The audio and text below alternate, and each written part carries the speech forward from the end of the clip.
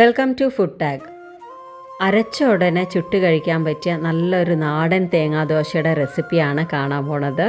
നല്ല ടേസ്റ്റാണ് അത് കഴിക്കാനായിട്ട്. സാധാരണ ദോശയിൽ നിന്ന് വ്യത്യസ്തമായിട്ട് നമുക്ക് കഴിക്കണം എന്നുണ്ടെങ്കിൽ ഈ ഒരു ദോശ ഉണ്ടാക്കി കഴിക്കാം. അപ്പോൾ നമ്മുടെ വീഡിയോയിലേക്ക് കിടക്കണേ മുമ്പായിട്ട് നമ്മുടെ ചാനൽ ആരെങ്കിലും പുതിയതായിട്ട് കാണുന്നുണ്ടെങ്കിൽ പ്ലീസ് ഒന്ന് സബ്സ്ക്രൈബ് ചെയ്ത് സപ്പോർട്ട് ചെയ്യണേ. തേങ്ങാദോശയ്ക്കുള്ള മാവ് ഉണ്ടാക്കാനായിട്ട് ഞാനിവിടെ 2 കപ്പ് പച്ചരി 2-3 മണിക്കൂർ കുതിർത്ത് വെച്ചിരിക്കുകയാണ്. ഇനി ഒരു മിക്സിയുടെ ജാർ എടുത്തിട്ട് അതിലേക്ക് വെള്ളം മാറ്റിയിട്ട് അരി മാത്രമായിട്ട് ഇട്ട് കൊടുക്കുകയാണ്. ഇനി ഇതിലേക്ക് 1 കപ്പ് തേങ്ങ ചേർത്ത് കൊടുക്കുക, 1/2 ടീസ്പൂൺ ജീരകം, 1 ടീസ്പൂൺ കുരുമുളക്.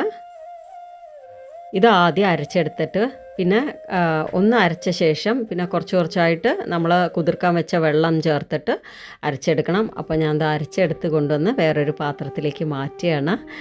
ഇനി ജാറിലേക്ക് കുറച്ച് വെള്ളം ഒഴിച്ചിട്ട് അതും കൂടെ ഇതിലേക്ക് ഒഴിച്ചു കൊടുക്കുകയാണ്. പിന്നെ ആവശ്യത്തിനുള്ള ഉപ്പും കൂടെ ചേർത്തിട്ട് നന്നായിട്ടൊന്ന് മിക്സ് ചെയ്തെടുക്കണം. അപ്പോൾ ഈ തേങ്ങാദോശ അമ്മൂമ്മയൊക്കെ ഉള്ള സമയത്ത് മുതൽ ഉണ്ടാക്കാറുള്ള ഒരു ദോശയാണ്. ഇപ്പോഴും ഞങ്ങൾ ഉണ്ടാക്കാറുണ്ട് കേട്ടോ ഇടയ്ക്കിടയ്ക്ക്.